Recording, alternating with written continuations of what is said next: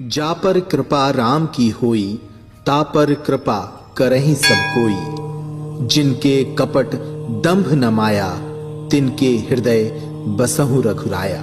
भगवान श्री राम और उनके अनन्य भक्त श्री बालाजी हनुमान की कृपा का ही चमत्कार है कि आज देश और दुनिया के हजारों लोग बागेश्वर धाम की ओर दौड़े चले आ रहे हैं। कोई लंबी बीमारी से परेशान है, कोई संतान की कामना लेकर आया है, किसी का जीवन अशांत है तो कोई प्रेत बाधाओं से व्यथित है। मध्य प्रदेश के बुंदेलखंड में स्थित संत धीरेन्द्र कृष्ण का आश्रम छतरपुर जिले के ग्राम गढ़ा में बागेश्वर धाम के नाम से प्रख्यात है।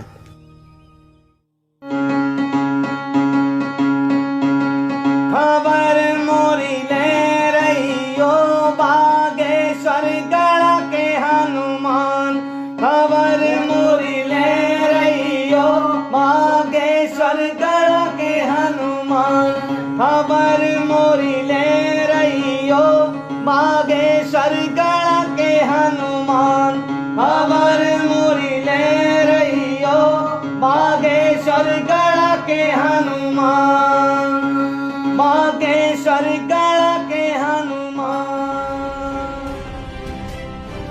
वेद पुराणों और देवताओं की पवित्र भूमि भारत पर पिछले सैकड़ों सालों में परम चेतना को उपलब्ध ऐसे अनेक फूल खिले हैं जिनकी सुगंध से मानव समाज पल्लवित, प्रफुल्लित और परिपक्व हुआ है। आज हम आपसे एक ऐसे ही परम साधक की चर्चा कर रहे हैं जिनको ये संसार श्री बागेश्वर धाम के पीठाधीश्वर संत श्री धीरेन्द्र कृष्ण शास्त्री के नाम से जानता है। हजारों समस्याओं, व्याधियों से दुखी मानव समाज इस दरबार में अपने कष्टों का निवारण पा रहा है।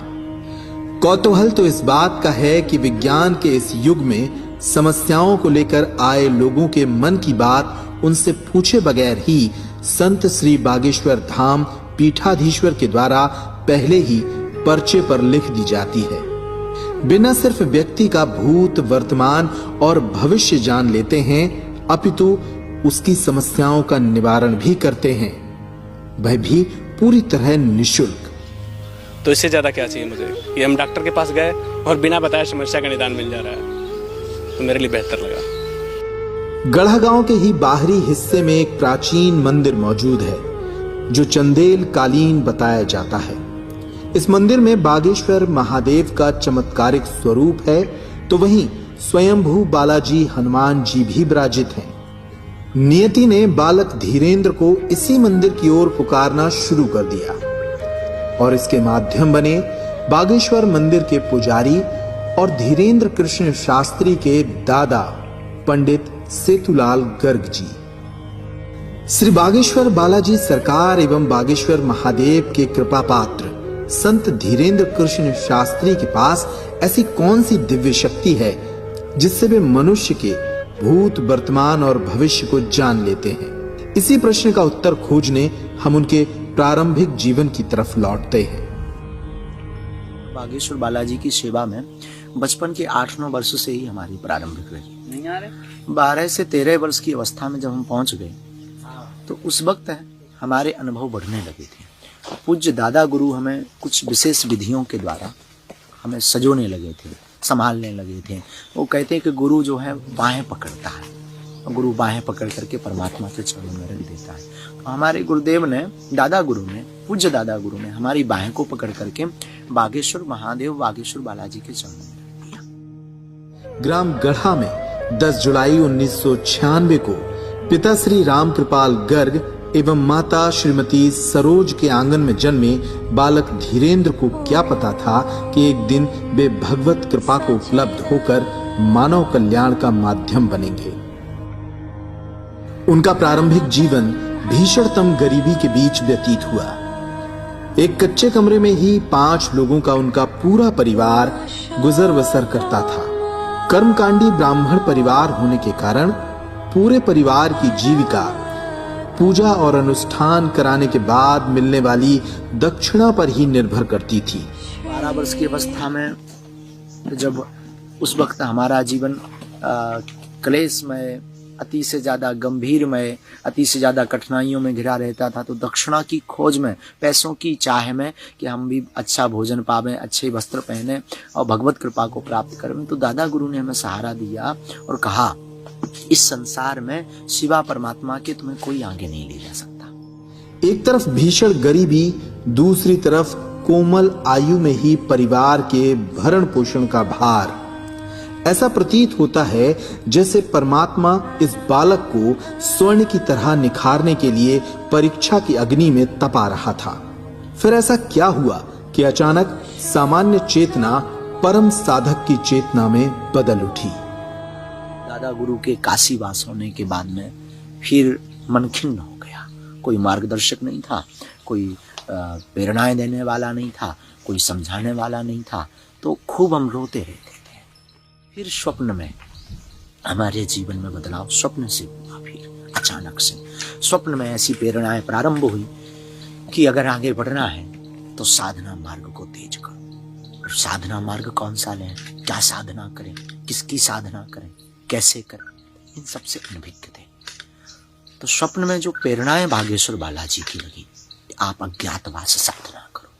अज्ञातवास साधना से ही संसार की कठिनाइयों को पार करके आप लोगों के जीवन में एक ऊर्जा, एक प्रकाश प्रकाशित कर सकते हो। इस भावना का मन में 2-3 बार स्वप्न, एक आध बार का स्वप्न हमारे मन में लगा कि मन की कोई तरंग होगी, मन का कोई भाव होगा, भ्रम होगा। माता जी को हमने बताया, पिताजी को भी बताया। पिताजी हमारे फिर काम थोड़ा देखने लगे थे, पूर्णतः स्वस्थ थे, काम धाम भी देखने लगे, तो माता पिताजी ने कहा कुछ नहीं, स्वप्न है, आते रहते हैं, उनको हृदय में नहीं लेना चाहिए। हमने कहा, फिर लगातार दूसरी बार आया, अज्ञातवास करो। फिर तीसरी बार आया, अज्ञातवास करो। अब वो अज्ञातवास से हम अनभिज्ञ थे। अज्ञातवास है क्या?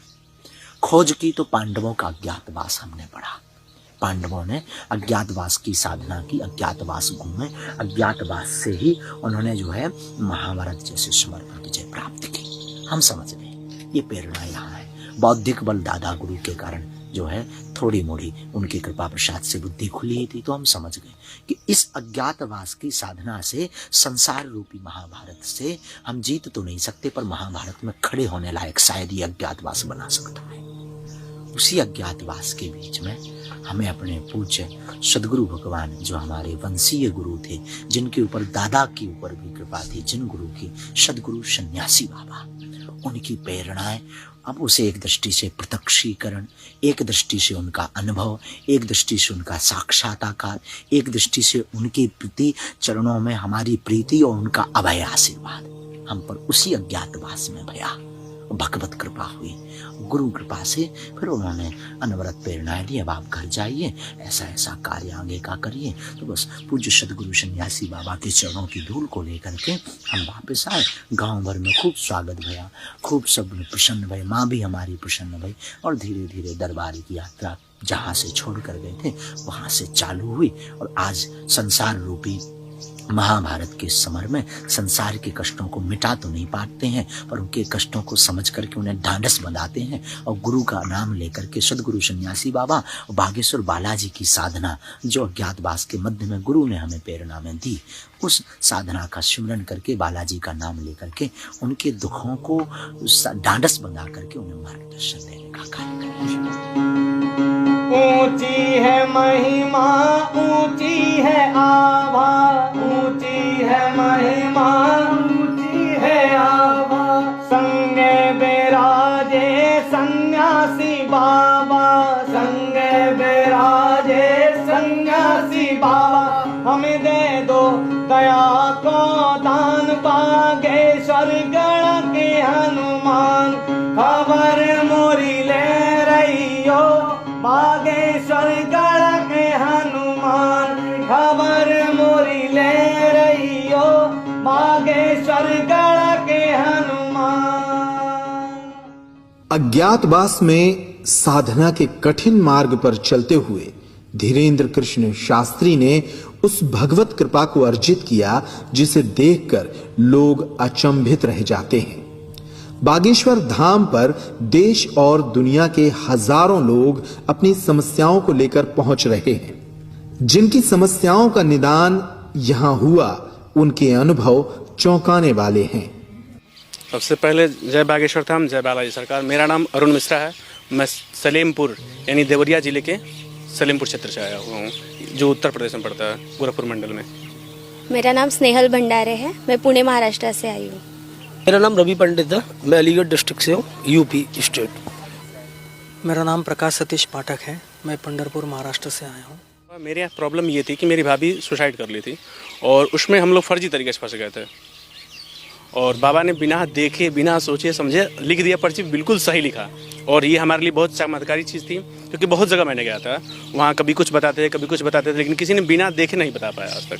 हमें अपनी समस्या बतानी पड़ती थी, लेकिन बागेश्वर धाम में समस्या बतानी नहीं पड़ती, बाबा खुद लिख देते हैं। और मुझे कुछ परेशानियाँ थी, मतलब उसकी मुझे ये नहीं था कि मुझे सोल्यूशन चाहिए, ऐसा नहीं था। लेकिन यहाँ के लोगों के अनुभव सुनने के बाद तो मैंने कि मैं भी अर्जी लगाती हूँ, तो लगा दी। और मेरे प्रश्न तो यही थे कि बिज़नेस में हम सारे बिजनेसमैन ही हैं, तो उतार चढ़ाव तो होता ही रहता है, तो पूछ ले। तो वहाँ जब गई तो एक शौक लगा, क्योंकि ये जो हो रहा था हमारे घर में वो भूत बाधा की वजह से हो रहा था। जब लोगों से बात की, जब देखा सब कुछ लाइव, जो हमने अर्जी बांधी थी हमारी दीदी ने, वो सब कुछ सेम निकला, सब कुछ गुरु जी ने सच बताया। तो बिल्कुल मतलब बोल नहीं सकते, ये बिल्कुल सच है। तो डॉक्टर ने बोला कि 2 दिन की हम गारंटी देते हैं, ज़्यादा नहीं, क्योंकि आपकी माता जी को शुगर भी है, तो हम उसकी गारंटी नहीं लेते। वेंटिलेटर पे है। तो हम बहुत मतलब अपसेट हो गए थे पूरी फैमिली। तो मैंने हमारे घर से ही अर्जी बांधी थी रविवार के दिन, संडे के दिन। और मंगलवार के दिन ऐसा चमत्कार हुआ कि मैं पूरा हिल गया। राहत मिली कि जो मुझे एक ही अर्जी पेशी हो गई, उसमें मुझे अनुभव आने लगा है। बोलने लायक नहीं है, मतलब बिल्कुल ही एकदम भगवान का मतलब दूसरा रूप, मतलब गुरु जी हैं। संकटों और समस्याओं से मुक्त हुए लोग संत धीरेन्द्र कृष्ण शास्त्री को भगवान कहते हैं, लेकिन वे स्वयं इस संबोधन से सहमत नहीं हैं। ये पूर्णतया गलत है। हमारे लिए गुरु भगवान हो सकते हैं, वो उनकी अपनी मान्यता है, पर इंसान कभी भगवान नहीं बन सकता है। पुरुष बन सकता है, महापुरुष बन सकता है, सिद्ध बन सकता है, ज्यादा निपुणता आने के बाद गुरु बन सकता है, परंतु कभी भगवान नहीं बन सकता। अपनी शक्तियों को वे बालाजी सरकार की महिमा के सिवा और कुछ नहीं मानते।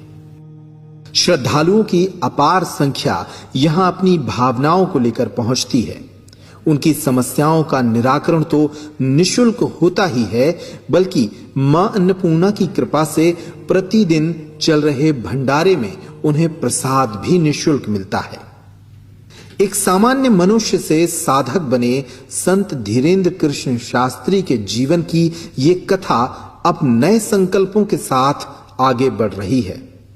नर सेवा को ही नारायण सेवा मानने वाले संत श्री धीरेन्द्र कृष्ण शास्त्री आज एक और जहां अपनी दिव्य शक्तियों से दीनहीन समाज की व्याधियों को मिटा रहे हैं, तो वहीं दूसरी तरफ सनातन संस्कृति के प्रचार, गौरक्षा, निर्धन कन्याओं के विवाह जैसे संकल्पों के माध्यम से समाज और मानव कल्याण का मार्ग भी प्रशस्त कर रहे हैं।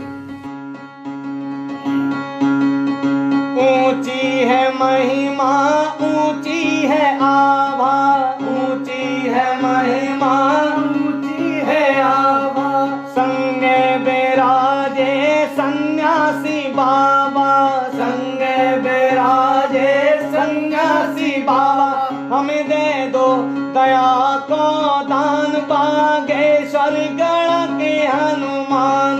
खबर मोरी ले रही हो बागेश्वर गढ़ के हनुमान, खबर मोरी ले रही हो बागेश्वर गढ़ के हनुमान। जय जय जय हनुमान गोसाई, जय जय जय हनुमान गोसाई। कृपा करो गुरुदेव की नाई, कृपा करो गुरुदेव की ना। तुम्हारी महिमा तो जाने जहान, बागेश्वर गढ़ के हनुमान। खबर मोरी ले रही हो